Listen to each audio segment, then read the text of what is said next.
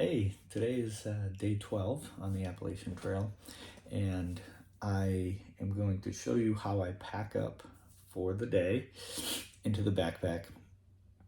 Then I'm going to head down to the NOC. Well, I'm on their property, but I'm going to go get my Smoky Mountains permit, and today is a 3,000 or 4,000 foot climb, so it's either going to be a 7 or a 10. See how my legs work, but let's get started. So here's my bag. It's empty. First thing I do is I stuff my sleeping bag into it, and I hold the nylon fume so that doesn't go to the bottom. Make sure that gets way down to the bottom. Then I have my big Agnes pad, and I put that at the front. I put the pillows to the back. I put my electronics to the front, behind it, and down a little. Sorry, this is crinkly. Behind it and down a little is the medical kit. Then I have my dry clothes.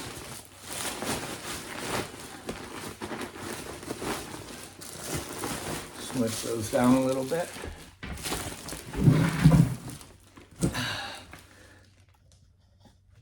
Then the second half is I've already taken my food out for the day as far as snacks, and I put them in a side pocket. Easily accessible. Get my food. Actually, sorry. My tent usually goes in. It depends on if it's rainy or dry, or if I need to dry it out. It might go on the top of the pack, but not today. It'll be a nice day. It can sit in there, and I didn't use it last night. Then I have my pack. My food, actually, I roll this up so everything is protected from the wet, because this is a Dyneema bag. Put that in. Then I stand up. Usually I'm standing upright, and I squish it down nice and gently. Pull it up, and that is pretty much packed for the day. But then the accessories. I have a side pouch where I put my little sit pad or my kneel pad, whatever kind of pad you want to call it, and my trowel with toilet paper. And that just slides right in there. On the back of the pack, I have been putting my jacket down here, which my jacket will go in the back, like so. My hat. I may carry this or have it on my head first thing in the morning, but that's my hat. I will put my phone and my glasses in there, and that's easily accessible. Lately, the selfie stick goes right here, the water filter goes here, and then one bottle. I have a second bottle that I'll put right here. So then I pull this up over the top like so.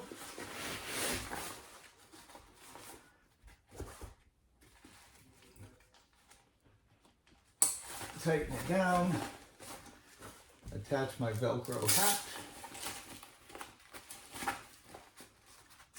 And there is the pack. Roughly 21 to 23 pounds. And then my puffy jacket is what I will wear until I start packing, until I start going, and that can be just placed here, or I'll put it right directly in the bag. So that's pretty much how I get started every morning as far as packing. And then I will catch up with you in a little bit. So just about to leave the knock, go down a bunch of stairs, put on the pack, and start climbing the mountain. Took a little extra time this morning, but we're off to the races. Hey, we are at the top of Cho Bald. I think yesterday I went up Wesser Bald. I called it Cho Bald, but you get the picture. So let's take a look here. It's really cool. 4,000 feet of climbing just to get here. And now when I say we, there is a guy back there. Woo, you just missed him. And so heading down, going down to camp. I thought we were gonna only do 7 miles, but we are gonna hit 10. Yeah, it was a rough one yesterday. I woke up this morning and my feet were all swollen and didn't think that I would do a long day. But even though it was 7 miles of climbing, it was just a, kind of just a long slog up and down. The weather was good. I'm a little cold now, but as the day progresses, we are actually about 2 miles from camp. It'll be a 10-mile day. Like I said, just a climb to the top of this. You can see just mountains in the background, which are just rows and rows and rows of mountains. But yeah, so that was the climb. Stayed hydrated. It's starting to get a little chilly, so hoping to get off the top. We did get a late start. Had some coffee at the bottom before we left. Had a start at about 11 o'clock, which I had mentioned. Yeah, equipment, nothing wrong. Everything's going good. I was able to air stuff out a little bit last night at the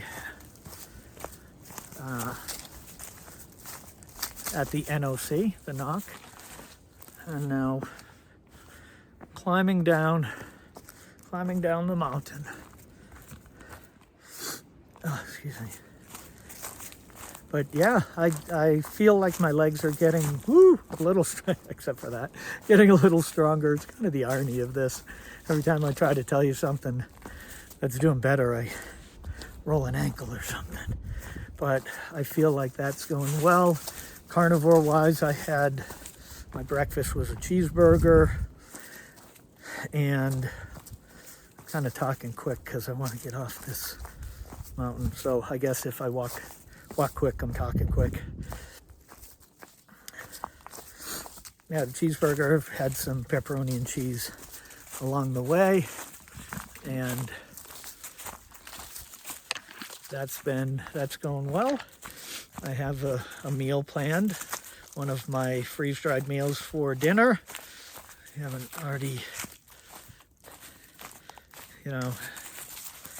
I think it's sausage today, which is good.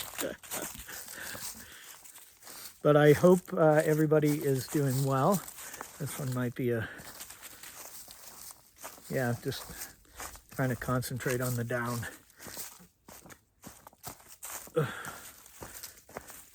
But yeah, North Carolina, it's really interesting because when you look at New Hampshire has the White Mountains, and everybody,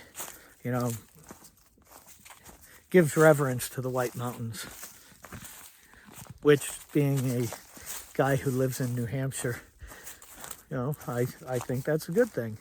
However, I think, and somebody will have to look this up, the amount of mountainous space or land in North Carolina is just gargantuan compared to the amount of space that is taken up by, say, the White Mountains and the surrounding mountain ranges on the south, like the Belknaps and Sandwich Range, etc.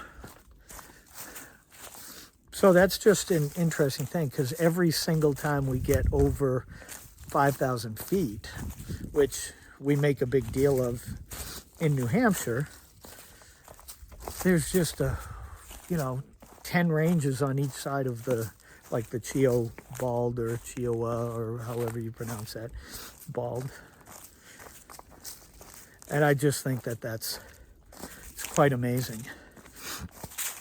We will, I'll be heading into Fontana Dam in 2 days, where I believe I'm going to do a zero. I'll get there. I'm about, after 10 miles today, I think I'm only 20 miles to Fontana Dam, and meaning I could do, I'll have to look at the maps and everything to see where the shelters are, or the campsites, because to me it doesn't matter if it's a shelter or a campsite, as long as there's a place for me to place my tent.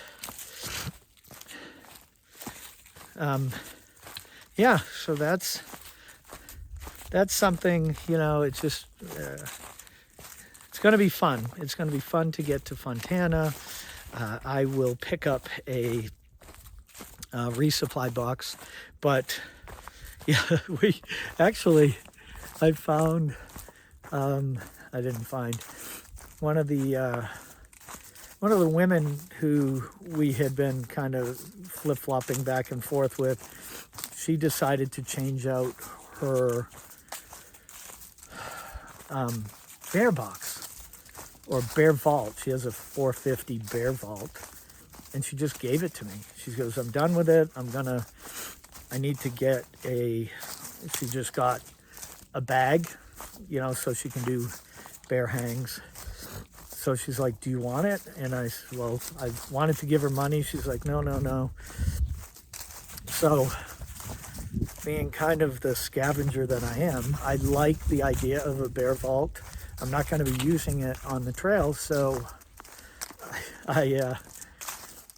she gave it to me, and I ended up just shipping it from the NOC to home, and it cost me $20. So I was very happy with that score, and I will find a way to pay forward that generosity. And I look at the bear vault as, something good for a weekend hike up into the Whites, which I'll be doing, well, in subsequent times after the Appalachian Trail. So with that, all that said, that's kind of the day. We'll get into camp. We'll park everything, set up the tents, and go forward from there. And if you haven't already, subscribe to my channel, like this video, share with friends, and start working on your bucket list, because you only live once. Ciao.